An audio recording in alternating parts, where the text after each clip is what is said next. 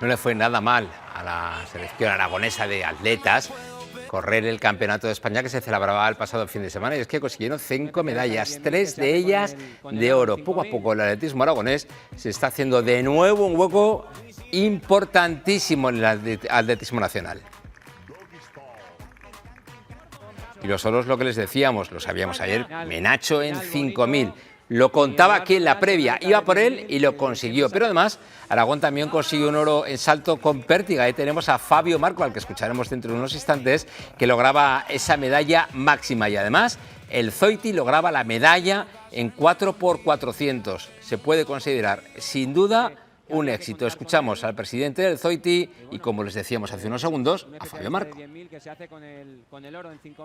Es un regalo, por así decirlo, al trabajo, a la constancia, ya no solo mío, sino a la gente que me rodea. Ganar el Campeonato de España de 4x400, ganarle al todopoderoso Playa de Castellón, que presentaron el equipo a tope, con toda la gente que tenían.